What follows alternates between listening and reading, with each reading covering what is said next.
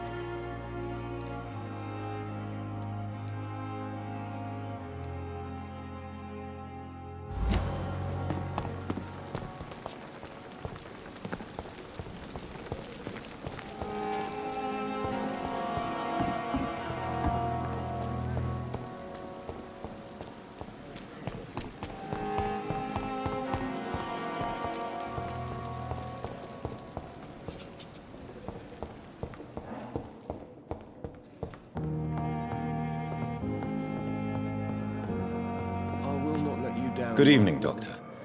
I believe we're going to be working together. Dr. Reed. Dr. Swansea informed us of your arrival, but I could not dare to believe we'd have such good fortune. Such an honor, sir. Thank you. And you are? I am Thoreau Strickland, Dr. Thoreau Strickland. I'm a great admirer of your work, Dr. Reed.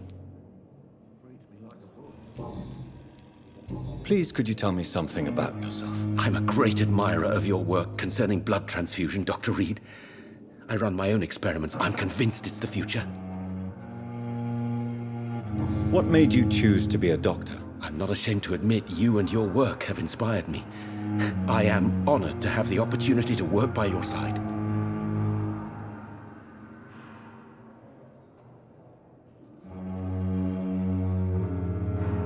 It's always a pleasure to share scientific and medical knowledge with someone eager to learn. I'll be glad to help you if I can. This epidemic may be the century's most terrible disaster, but I'm convinced that we, as doctors, are the only ones able to defeat it. I based my technique on my mentor's research. He helped me perfect my method. What is yours? I'd rather not talk about it. For now, it's just theories and first approach. My process is purely experimental and unsuccessful. As long as you're cautious and methodical, you may remain empty-handed, but you won't fail. You're not the first one to warn me, but I am convinced knowledge is the main weapon against the ravages of this epidemic.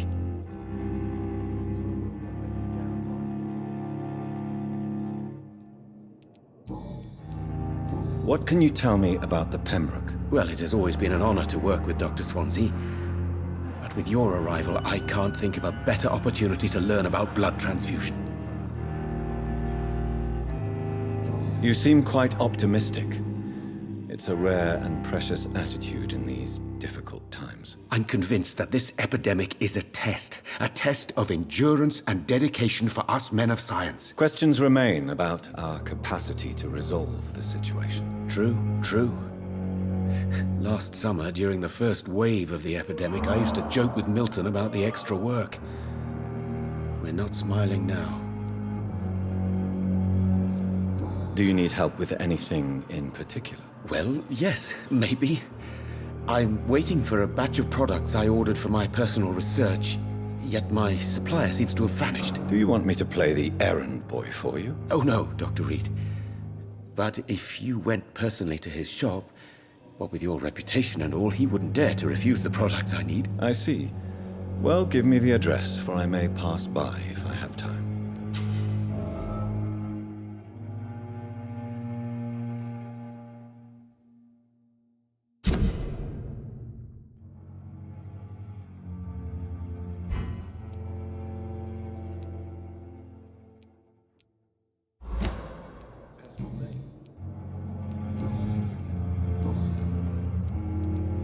Tell me more about your willingness to experiment with new medical techniques. Harvey Fiddick is a patient suffering from a severe injury that could cripple him if not treated correctly. I'm convinced your blood transfusion technique could help him. What is it you really want? To save him? Or to prove your point? Fair question. I want nothing but to save my patient, Dr. Reed. Especially since I know Mr. Fiddick's story. This personal involvement could also appear to be a lack of impartiality. You must know that a good surgeon must remain neutral. I agree. But that does not excuse Dr. Aykroyd's behavior, a man who did not even take time to converse with his patient. Do you think keeping his distance was a mistake? All I know is that I'm taking care of human beings, with desires, hopes, and fears. Not some biological machine comprised of blood, bones, and flesh. Tell me Mr. Fiddick's story. Our first diagnosis was compromised because Mr. Fiddick lied to us about the real origin of his injury. He first claimed it was an accident. But why would he hide such crucial information from us? Because he is a proud father, ashamed of putting his children at risk because of his own negligence.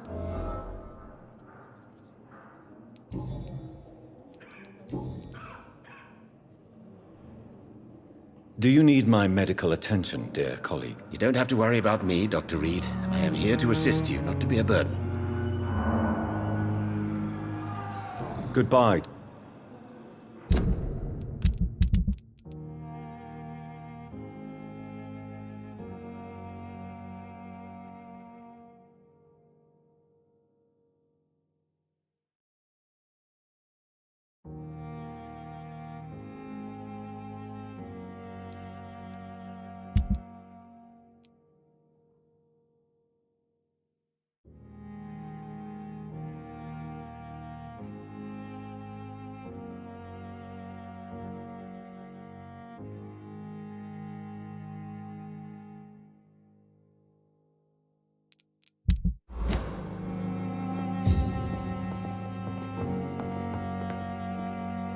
Good evening, sir.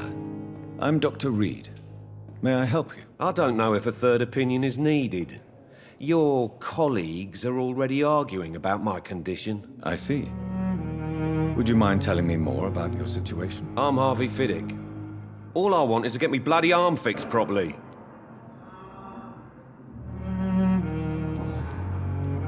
Tell me about yourself, Mr. Fiddick. I'm just a regular guy waiting to get his arm fixed, so I can return to work and to my family. I was more curious about what you were doing before being hospitalized. I'm a carpenter, and a good one too.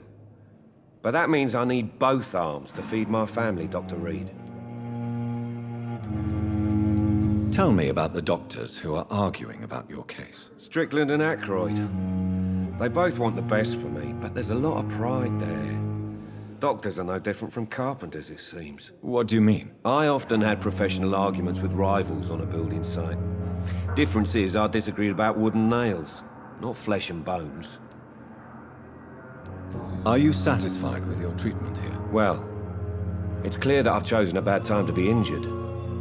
Forgive my bluntness, but you seem overwhelmed by cases of the flu. I won't lie to you about it. I'm afraid we are. Are you sure you don't want to operate yourself, Dr. Reed? I have the feeling you're very capable. And your colleagues seem to think so too. In other circumstances, you would be right. But for now, I don't think I can take on the responsibility. My apologies.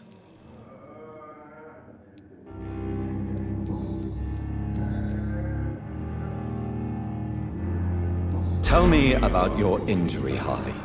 Why do you feel so guilty about it? My wife died because of me. And now I may lose everything because I've been careless enough to hurt myself. What an arsehole. How could your job be responsible for your wife's death? I was working a double. She went out to bring me a hot meal and got caught in a German bomb raid. You can't hold yourself responsible for your injury, Mr. Fiddick. Unless you tried to hurt yourself. Of course I didn't hurt myself. But I can't work until my arm is fixed. My children need to eat, Doctor.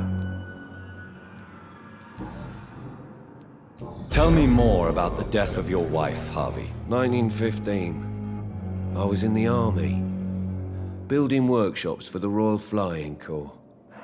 Helen was happy I wasn't sent to the front. What happened? The Germans sent Zeppelins to bomb the construction site, but they missed their target. My wife was bringing my dinner when the bombs fell. I'm sorry for your loss. So many died during the bombings. I served in France and witnessed the carnage there. I would like to say that she didn't suffer. Truth is, I have no idea. I just know that I'm all that me kids have. Poor little bleeders. How are your children after losing their mother? They were smaller then. The only good thing about this is my Helen didn't bring them with her that night. Is there anything else that's bothering you? Can I help in any way? I'm all right. Considering the state of this place, I should consider myself lucky, I guess. Goodbye for now, Mr. Fiddick. My sweet girl. Reads me like a book. I never could keep anything from her.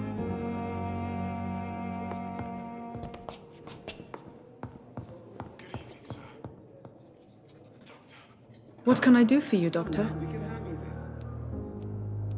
Thank you, Nurse. You always knew the words to calm the children, Helen. As for me... Good evening. I'm Dr. Reed.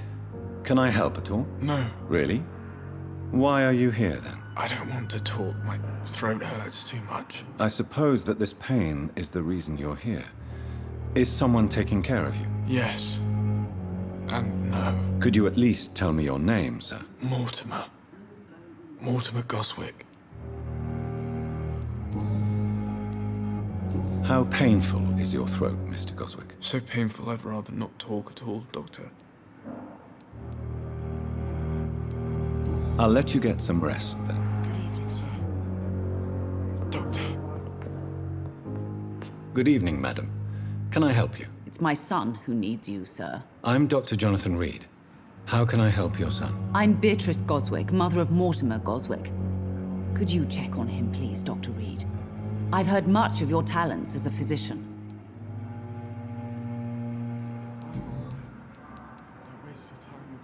What can you tell me about yourself, Mrs. Goswick? Not much to say.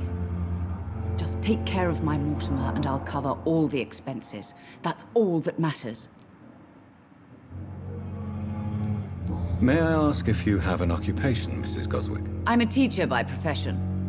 I teach young women who are more ambitious about their futures than their families. Are you really that rich? Most of the patients here are of a more humble origin, if I may say so. Yes, thanks to my husband. May he rest in peace. I can cover any needed medical expenses. What do you think of your reception here? Any complaints? I have had the uttermost reservations about this hospital since we arrived.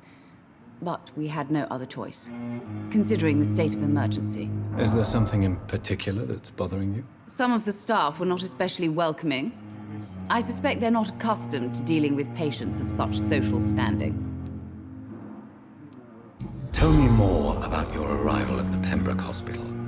What gave you such a bad first impression? The ambulance driver was quite rude, for a start.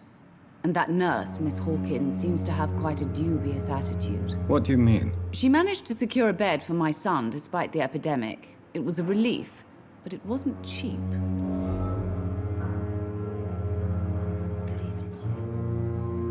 She charged you for a bed? Yes, and I paid without question, considering the urgency of the situation. I share your concern, Mrs. Goswick. Be sure that I'll talk to the people involved. I don't expect compensation, Dr. Reed. But I'm aware such behavior would not be tolerated in other hospitals. I'm alright. Don't waste your time with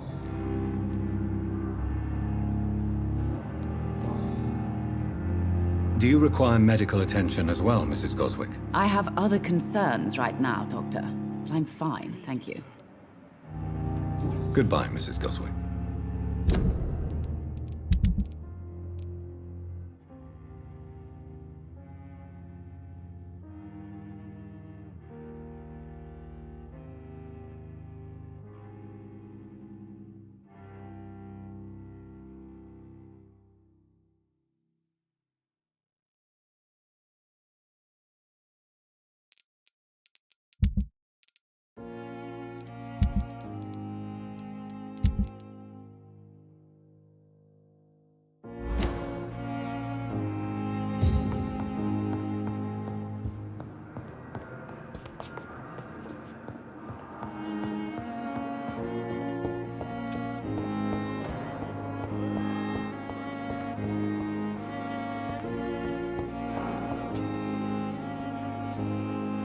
Good evening, nurse. Good evening, Doctor.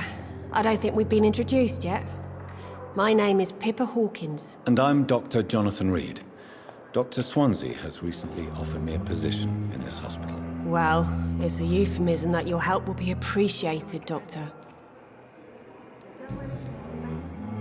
How would you describe the situation at the Pembroke Hospital? It's serious. The flu is wreaking havoc amongst the staff and patients. We are running out of everything. You must get a hold of yourself, nurse. Sorry, I'm exhausted. No one has any idea when this epidemic will be over. Nurse Hawkins, the Spanish flu won't last forever. Even the Black Plague didn't kill everyone. I wish I could believe you. But what if this epidemic was worse? What if in the end, nobody was spared?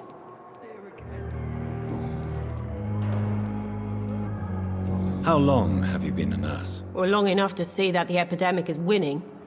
And no matter how qualified you are, don't tell me you'll change that.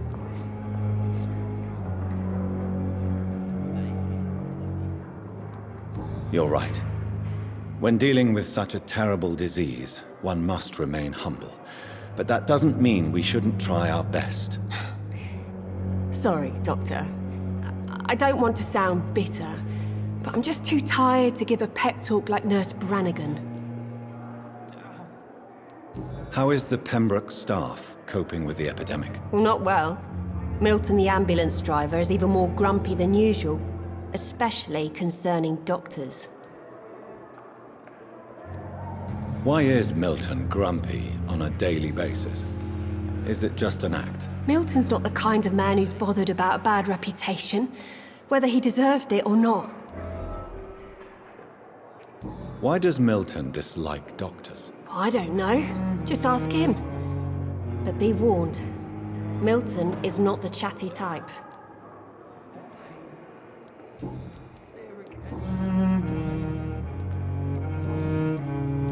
Goodbye, Nurse Hawkins.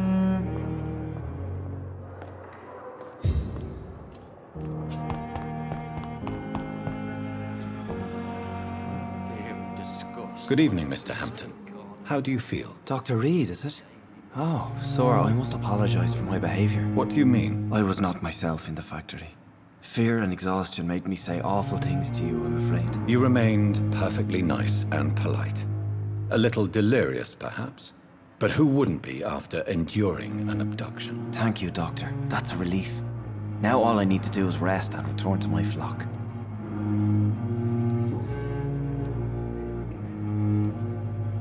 Do you know Tom Watts, the bartender from the Turtle? I met him before I found you in the canning factory. Tom? Yes, of course. Always the helping hand, good old Tom. Without men like him, corruption and despair would have wiped out the East End long ago. People are still in despair. How could it be otherwise? The authorities have left us all to rot in this contagious nightmare. No drugs, no advice, nothing. It's a damn shame. Who should I avoid in this part of town, then? Any particularly evil figures? Not really. Most men and women are just doing their best. And it's not my habit to speak ill of people I know, Doctor.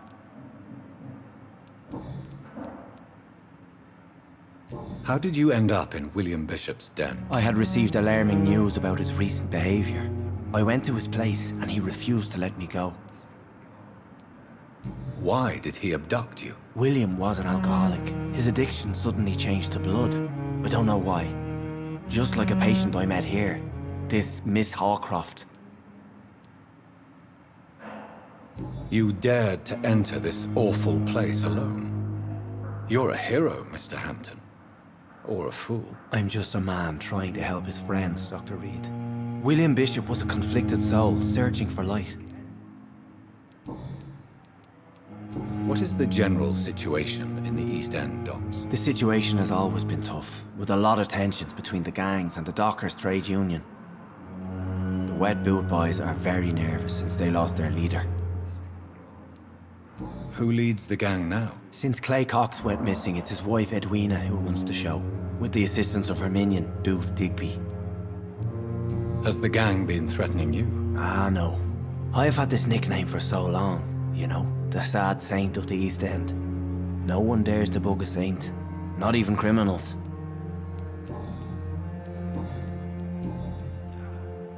How do you feel, Mr. Hampton? Medically speaking, I mean. I feel exhausted. Beyond exhaustion, actually. William drank so much of my blood in his madness. I feel empty. You're in good hands here. Dr. Swansea is well versed in blood transfusion, and I'm sure he'll take the best care of you. Thank you, sir. I believe all I need is rest. And then I can go back to the people who need me. What do you do for a living, Mr. Hampton? I can't help but notice the cross around your neck. I manage a night asylum for the poor and homeless of the docks. And I try to guide the lost and hesitant on the right path to our Lord. Are you a priest, Mr. Hampton? A deacon, maybe? Not at all, Doctor. I'm just a man of faith willing to preach the good word. Why didn't you use your cross against William Bishop? To repel him somehow? That's a very strange question, Doctor. A cross is no magical token, if that's what you were trying to say. Not mine, anyway. Have you made friends since you arrived? Not really, but I recognize Miss Harriet Jones. I knew her when she lived by the docks. That poor woman had such a miserable life. You never came to see her here at Pembroke? Receiving visits when sick can be an important part of the healing process, you know. We're not just bodies. You're preaching to the converted now, Doctor. To be truly honest, I thought she was dead. She left the docks many months ago. Goodbye, Mr. Hampton. We'll talk again later. I've wasted too Daily much energy for so routine. little result.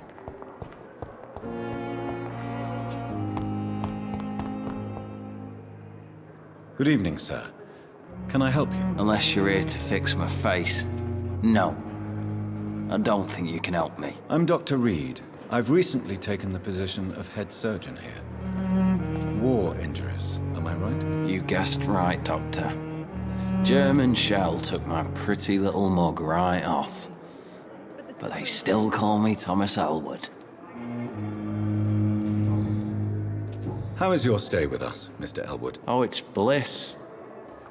I just escaped death in the trenches to be surrounded again by the moans of the dying. Can I ask you precisely why you're a patient here? It's the pain, sir. The drugs don't work. It just hurts under the scars, if you get my drift. Can I do anything for your pain? Nurses gave me a bunch of pills. No effect. Told you. It's like the flames are under my skin, burning away. Who is treating you? Is someone in particular looking after your case? Nobody since the old and tired doctor spoke to me. Started to think I was forgotten about. Wouldn't blame you. You don't seem worried by that. My face hurts so much more when I smile or cry. I've learned it's easier not to speak. But be assured I'm smiling inside.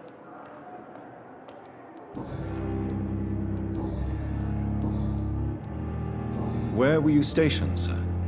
Did you serve for long? I really don't want to talk about all this shit. No offense. I was pushing too much. I served in France myself. I just wanted to know what happened to you. You were an officer, weren't you? Then I doubt we fought the same war, sir. No offense. Soldier, do you need assistance? I'm fine. Just do something for this pain, will you? That's all I'm asking. Goodbye for now, Mr. Elwood.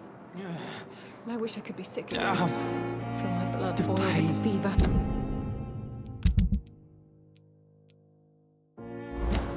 It's here again. A giant morgue disguised as a hospital. That's Pembroke nowadays.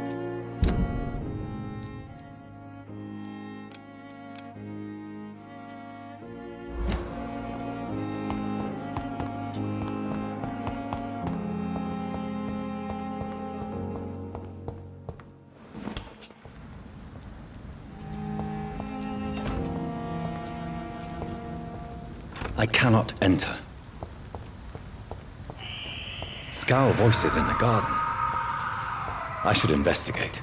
If they were to find somebody...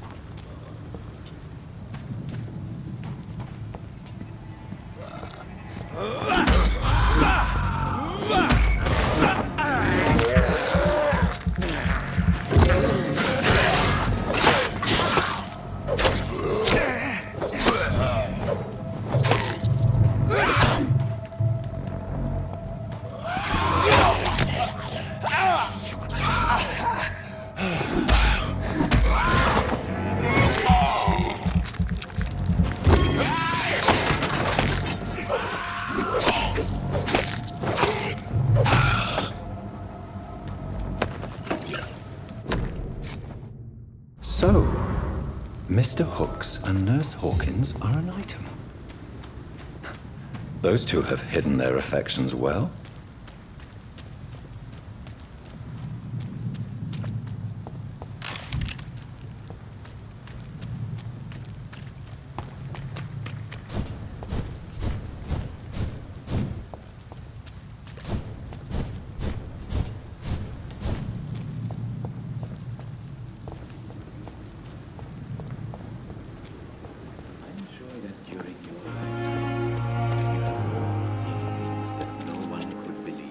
It's locked, all right. Good evening. I'm Dr. Reed. Always a pleasure to meet a colleague, sir. Especially when he was supposedly dead. A colleague? Are you a doctor, too? Not anymore, sir. I used to be Dr. Rakesh Chadana. Now, I'm just Mr. Chadana, pawnbroker and humble guardian of this morgue. What do you mean, you used to be a doctor? Was your license revoked? No, sir. It is just that I like to be precise. I run a little pawn shop while taking care of the dead. But I used to be a real doctor.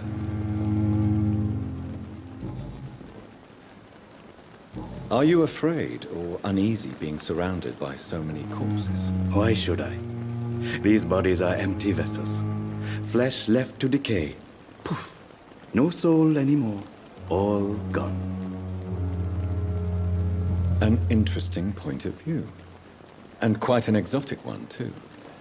Most people fear, or at least have a respect, for dead flesh. Sir, As a medic during the war, I learned to face my death and the death of others. It's the pain we have to tame, not death itself. How did you get this job? After I left the army, I worked as an undertaker down by the docks. A dangerous place with many an unpleasant business there. Milton Hooks helped me get a job here.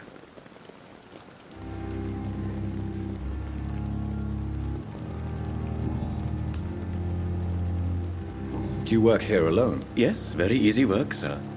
All I have to do is watch a few bodies. The situation was very different when the main morgue was still open. Why do you have to watch these bodies? Because these poor fellows have no names. We keep them in case someone comes looking for the missing. Sadly, very rarely happens. Why close the hospital's main morgue? It was for sanitary reasons after the beginning of the epidemic. Cadavers had to be moved to the nearest mass grave. Have we met before? I don't think so, sir. Why? When we first talked, you said you were glad to meet me since I was reported dead. Funny story, sir. Your sister came here a few nights ago. You were missing, and she was looking for your body. She must be very relieved now.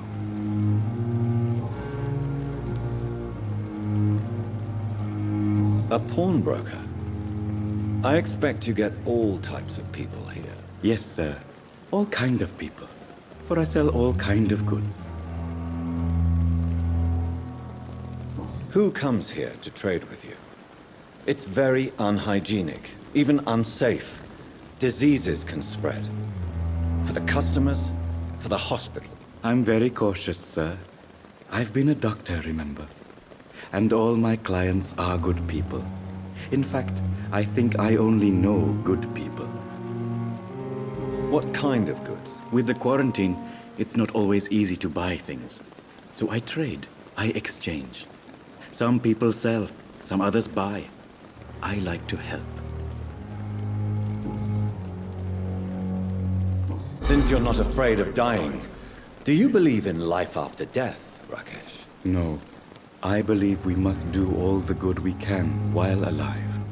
For our time is short, and the obstacles are endless. Do you think you would enjoy immortality as a concept? I don't think so. Don't mistake me. I love life, and I'd like to live a long life. But everything has to decay, sir.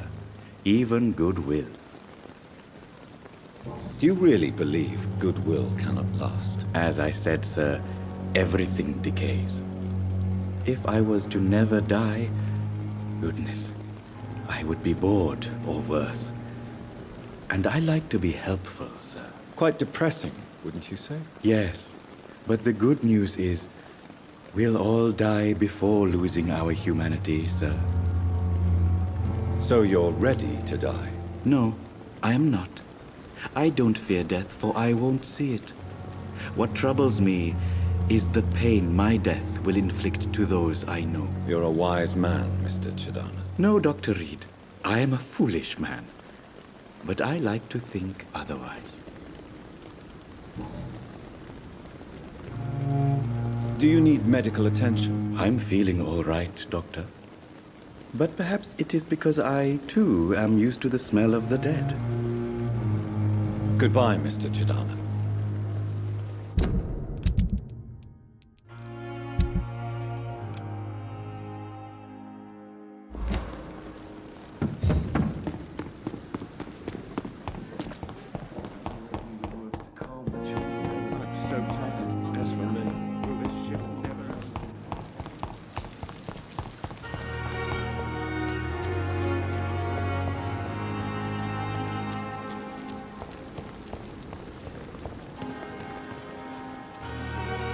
Good evening, Milton. Good evening, Doctor. Still trying to save lives?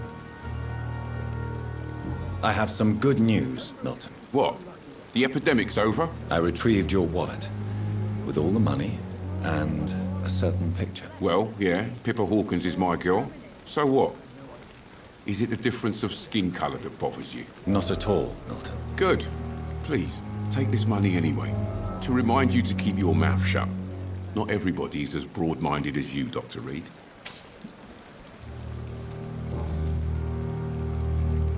What's going on between you and Nurse Hawkins? Pippa's tired. Tired of all this shit. Tired of all those corpses piling up. She's as depressed as I am. During the war, I witnessed a few couples, just like you, come together in difficult circumstances. It can be very damaging. Maybe you're right. But we support each other. And that's all that matters. You do realize you could both get fired. Hospital staff are not meant to have intimate relationships with one another. Come on, Dr. Reed. Do you know how many rules are broken in this hospital every day just to keep it running?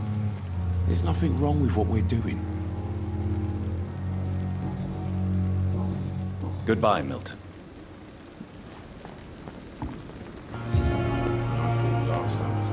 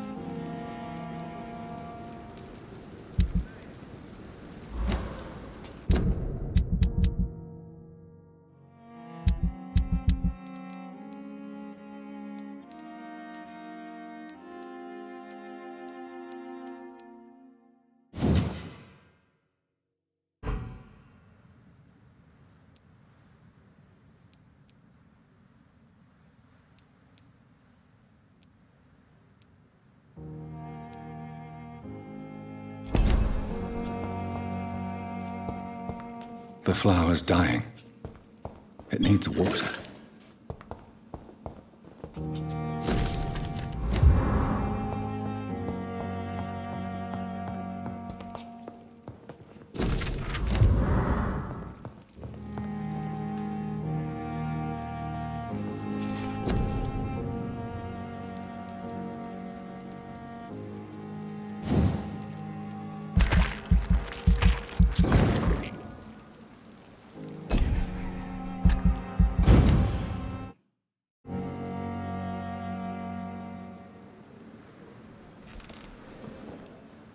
If I'm to stay here until my research is complete, I'd better learn to hide my true nature from the mortals.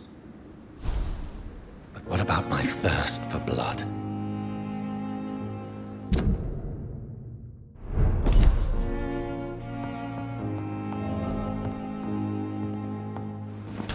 Come on, I don't have all night.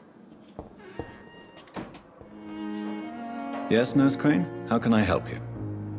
I'm so sorry. I know Dr. Swansea wanted you to rest, but we have somewhat of a crisis. A crisis, you say?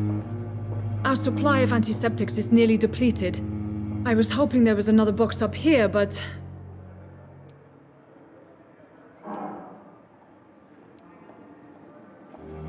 What type of hospital are you running? No antiseptics? You have been away too long, Doctor. With the war and now this epidemic, supplies have been running scarce for months now. I may have a solution. In France, during the war, drugs shortage was a daily problem, and we had to use our wits to overcome the shortages. However do you mean? If combined correctly, certain household chemical products can be used in a pinch instead. Now, where's the hospital storeroom? The storeroom? Fat chance. This is the Pembroke. And space is luxury we don't have. Everything used to be stored in the old morgue. Perhaps I should look there first. Where is this morgue? It's the large building behind the hospital. You'll need to go in the back door because it's been sealed off for sanitary reasons. Take this key. It opens a small back entrance at the end of a narrow street. The abandoned morgue behind the hospital. A small door at the end of a narrow street. On my way, then. Thank you, nurse.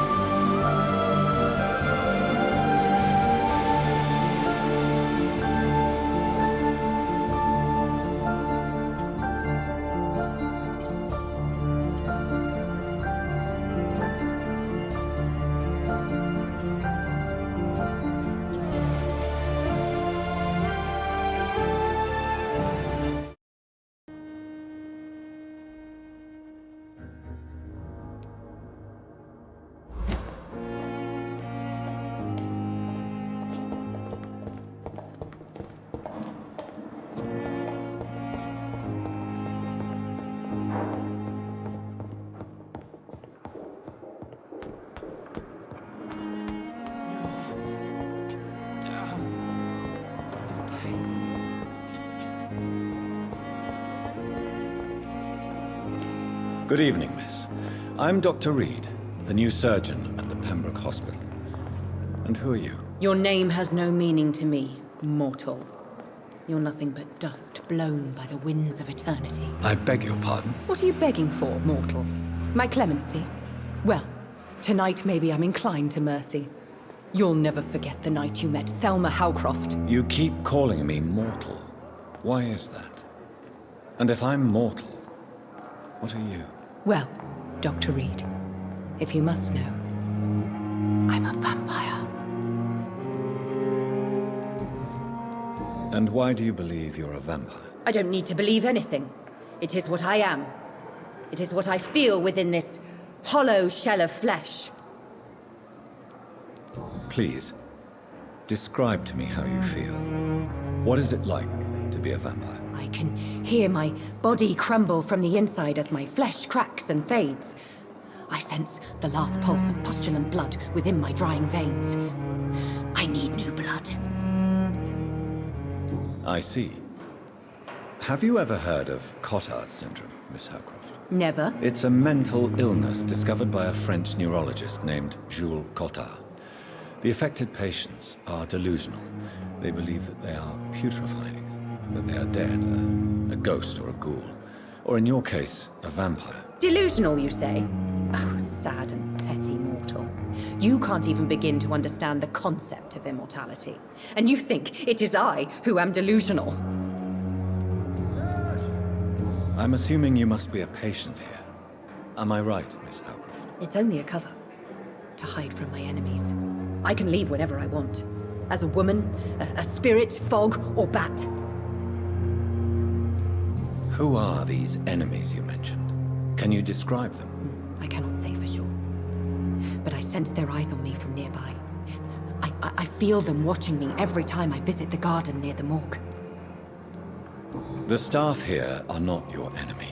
They're here to help you, to care for you. I'm not speaking of the doctors in white. I'm speaking of the men and women who hunt me. For I am a vampire! I see. Don't worry. These people will not find you here. I'll personally make sure they leave you alone. Thank you, mortal. But do not interfere with them, for you are no match for those that hunt me. Do you require my services, Miss Howcroft? I have no need for your medicine, Dr. Reed. Blood is the only drug I need. I'll leave you, Mistress of the Dark, to your nocturnal activities. Dear disgust on it.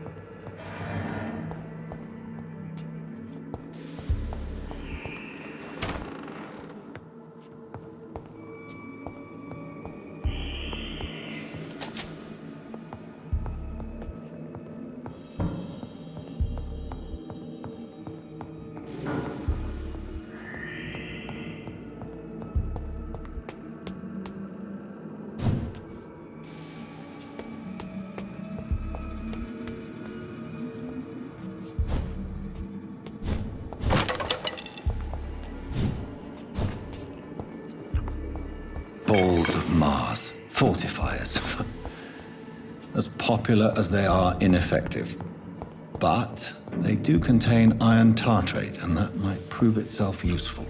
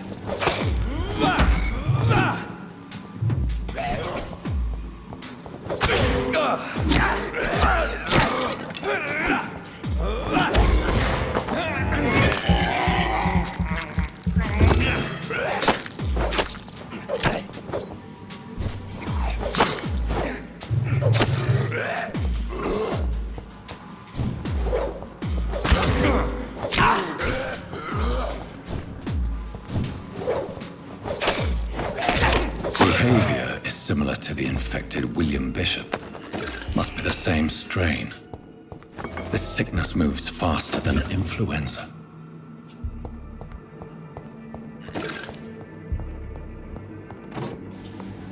This key will surely grant me access to the basement.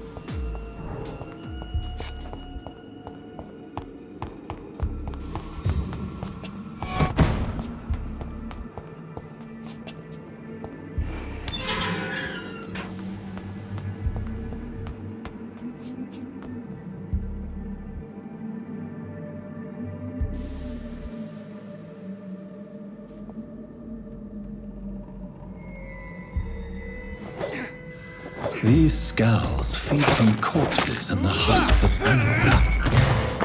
Then drink the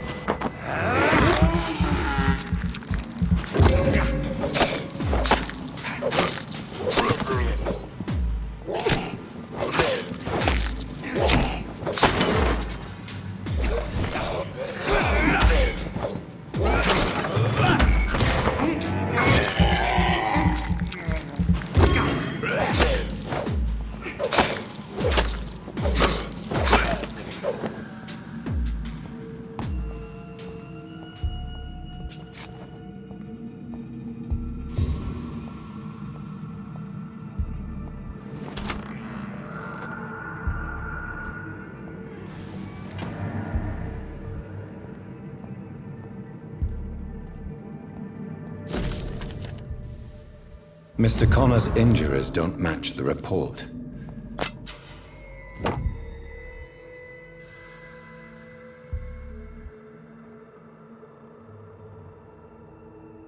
I'd better look into this.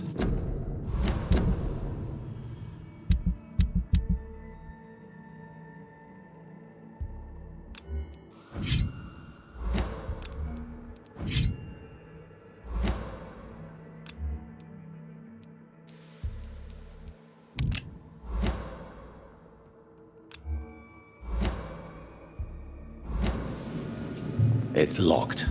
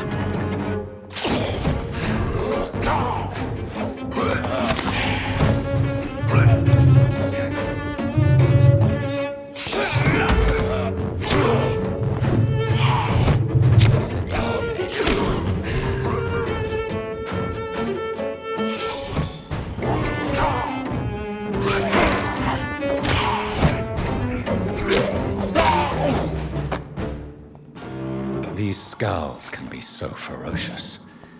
I'm not sure I can defeat them without becoming stronger. To drink blood is so tempting.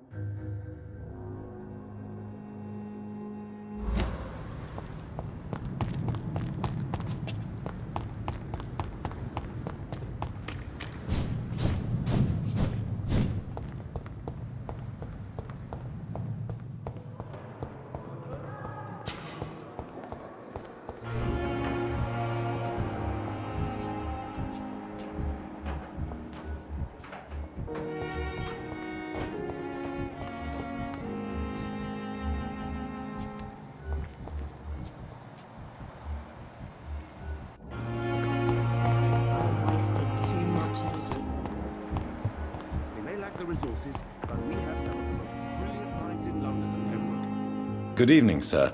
I'm Dr. Reed. I believe we're going to be colleagues. Reed? Yes, I've been informed about your arrival. I'm Waverly Ackroyd.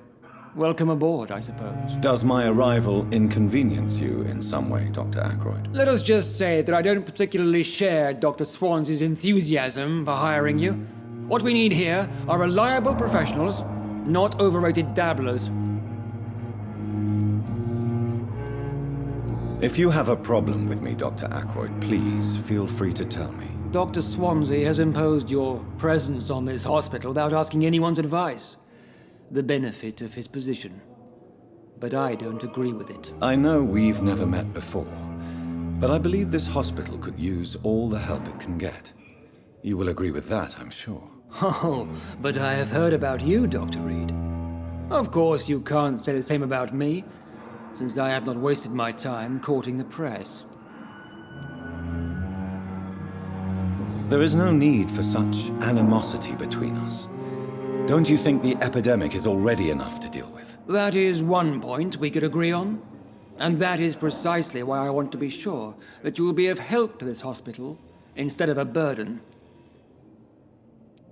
Since your tenure in this hospital is longer than mine, perhaps you can tell me more about this place. Let's just say I'm tired of the carelessness around me. I have always respected the skills of Dr. Swansea, but over time his enthusiasm has become displaced. Carelessness? Exactly what are you talking about? We're here to save lives. The people who trust us are not volunteering for experimentation. They're here to be healed. I don't intend to run any radical experiments, Doctor. Even if I, as any good practitioner should, express an interest in pushing the boundaries of medical research. Modern medical methods were created through audacity and ego. But there are rules in our line of work, and they're here to protect our patients. Tell me, Waverly, what do you think of Dr. Strickland's enthusiasm for his experimental research? Strickland is playing with his patients' lives for pride and glory. Now that, sir, is unethical. Are you thinking about something in particular? Harvey Fiddick needs delicate surgery. I believe we should stick to the usual procedure, but my young colleague obviously disagrees.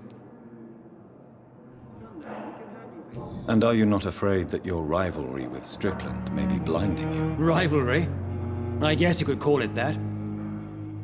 But I will never be childish enough to let my personal feelings affect my judgment. Why do you wish to lead this surgery? I strongly believe that Mr. Fiddick should not be butchered to test an unproven procedure.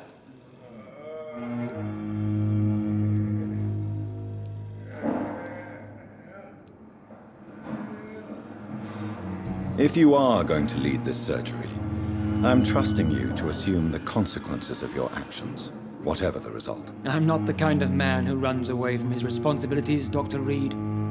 There is no need for you to be looking over my shoulder.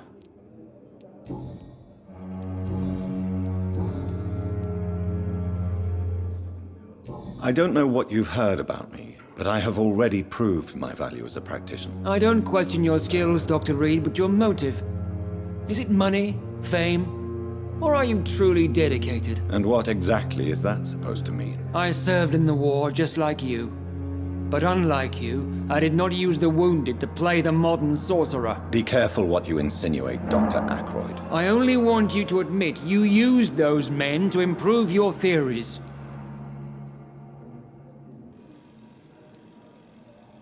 This is ridiculous. My blood transfusion technique saved many lives, and you know it. You see? That is exactly what I hate about people like you. You avoid this kind of accusation instead of facing reality. It seems you have bad memories of your military service. I refuse to see this industrial slaughter as scientific progress. War only reveals the worst in men. We can at least agree on something, Dr. Ackroyd. Thank you for your time.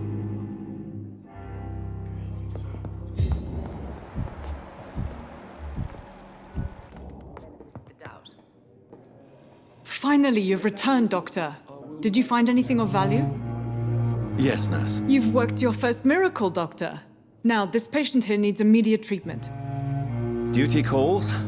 When the storm has passed, I'll show you how to mix the remedy yourself with the same basic ingredients. Many thanks, Doctor. When you've finished, you ought to report to Dr. Swansea in his office. He's been looking for you. Seemed pressing.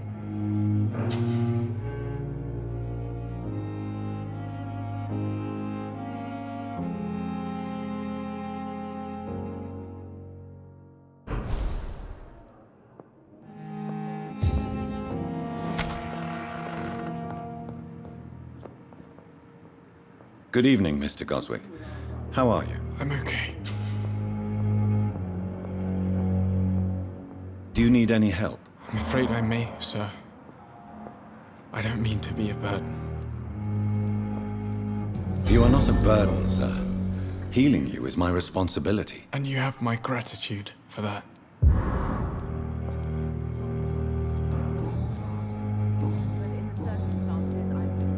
Why did your mother have you hospitalized here? She seems convinced this is a bad hospital. My mother just wants the best for me. She won't rest while I'm here. She'd go all the way to hell and back to help me. I have to go now, sir. But I'm all right. Don't waste your time with me.